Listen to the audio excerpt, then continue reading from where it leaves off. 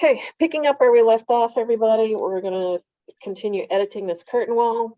One thing I do want you to notice on the curtain wall is once we have our curtain grid laid out, if there's a measurement, if it's not exactly where you want it to be, you can use your temporary dimensions to get that dimension to the measurement that you want. Notice I clicked on that curtain grid to make it active. And if I wanted this to be 4 foot, I could change that to 4 foot here. And that would move that curtain grid. If I did the same thing with this one over here, I click that one, make it active, and I wanted to change the dimensions here. If I wanted to move that and change that to 3 foot. Notice how it didn't just move that one section. This part of the curtain grid is connected to this entire curtain grid here, so it moved the entire line over. So you would have to delete other sections of it in order to make this a different pattern. So there's different ways you have to do it. I would make that actually like a single segment, delete that, draw a new single segment, and then you can do it like that, or you can continue like that. Best way to get into the learning how to manipulate the curtain grid is to just draw a separate wall like this and just go ahead and just kind of play with it and fiddle with it and see what you can do and get comfortable with it before you try and incorporate it into your actual design model. So just do the same thing that I'm doing here, make a separate wall and just kind of fiddle with it. And the best way to do that is, and it's the best way to learn how to do it too, and it just kind of gives you more practice doing it and stuff. And I think curtain walls are fun. So especially once you get into like the designs of them and really think about how you want these windows laid out. I'm just kind of like arbitrarily dropping these lines and grids in, so to speak. So let me go ahead and put these other mullions back in place, and we'll go back to my mullion tool. It's just a single grid line here, so I'm going to just drop those in place there. So I've got something that kind of ends up like this. When you take a look at like curtain grids in the real world, you'll notice that certain sections kind of end in different aspects. I want you to zoom in here, how they default on some of this stuff. Notice how this mullion is intersecting this mullion. And you know, depending on which company you decide to go with, this could be normal, or sometimes they could have it, you know, butt up against that. So there's ways that we can change the way these mullions intersect one another. And I personally prefer,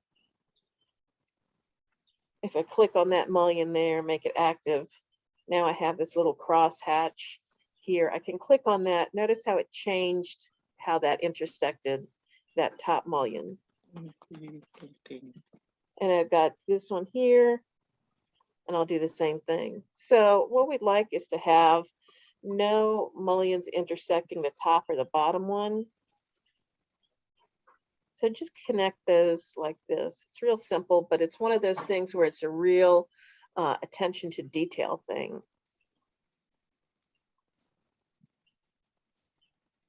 And once again, it depends on the actual company you use, how they construct their curtain walls, how that would be.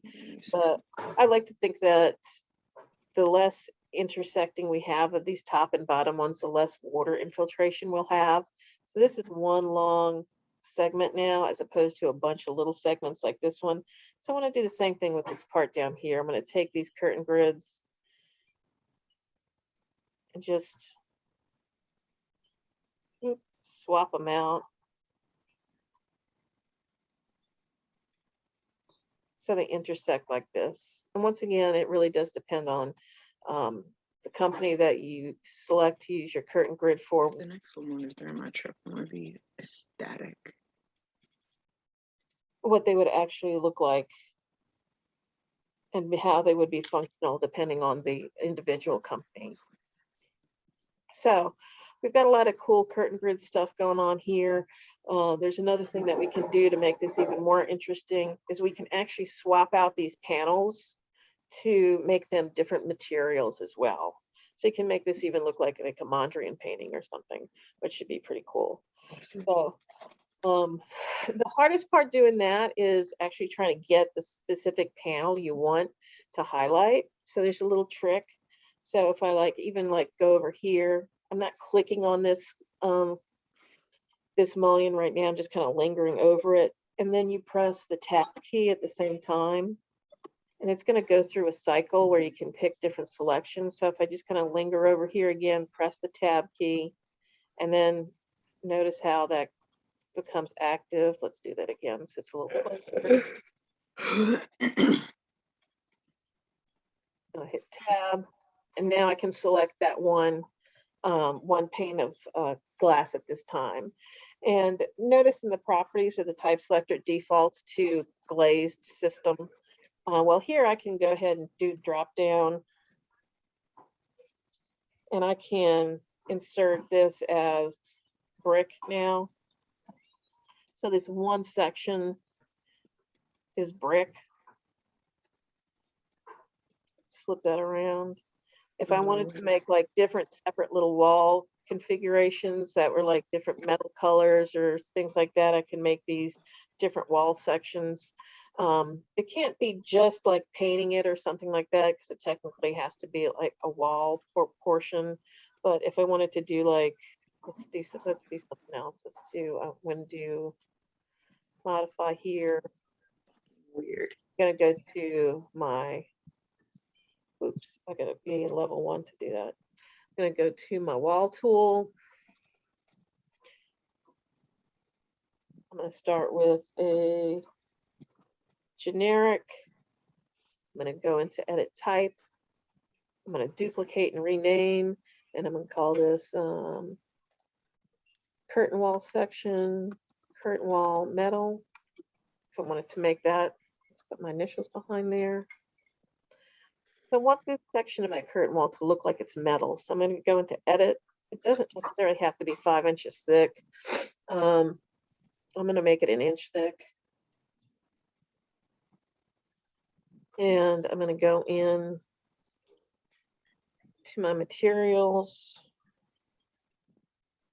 And do I have, okay, I'm just going to make it copper. You can create all sorts of different materials, just as we usually have. Make sure to hit render appearance on here. Okay, okay, okay. And at this point, Haley. Oh shit. Haley, your mic is on. sorry, I should have muted everybody. Maybe y'all can just jump on mute. That would be cool. Let's go back to 3D. So at this point, where it can select this mullion, this piece, same pane of glass right here. This is a pane of glass. I want to switch to metal. So I'm going to click on, just not click on, but kind of linger over this mullion, hit my tab key. And now I can select that pane of glass. So at this time, I'm going to go back to my wall types, find the curtain wall that I created, and drop that in. And that should look like copper. So, Miss Martin, I'm having trouble selecting just a pane of a single pane. How are you making that happen again? yeah, it's really frustrating and it takes a little practice. So what you want to do is, if I wanted this pane of glass right here, just this one. So I'm going to take my cursor and I'm just going to linger over this mullion. I'm not clicking on it or anything. I'm just kind of hanging out here. And that while that is not active, I'm going to hit the tab button and notice how it cycles through different sections. And it's not even selecting my panel right now because it's that frustrating. So I'll try this one up here and see if I can get it from there. But honestly, it's probably the most frustrating part is trying to get the panel that you want. But oops, let's try it from this side. So And let's put it at an angle. Oh, okay, I think I miraculously just did it somehow. Yeah, that's what it does. It just decides to work for you. So Right. we'll like linger over here, right? Not clicking, just kind of lingering over here. Tab, tab. Oh, now I can get it. So it depends on the angle you're at. I wish I had a better solution of that. Hopefully this is something Revit's going to be fixing to make it easier to select that. But as you can see, it's just a matter of being able to pick the right one. And it's just kind of linger over this one that you're at and just hit tab until that piece becomes active. Okay, cool. So a lot of this is just practice. So another couple of things that we can incorporate into our building. We can use this window as like window panels. This is going to be great when we start, laying out our curtain grid and adding our mullions to this section around the staircase. There's another way that you can incorporate some different. If everybody can mute, that would help. Thank you. We can actually incorporate what they call a clear story window into this. Clear story window is usually a long window that's above eyesight that allows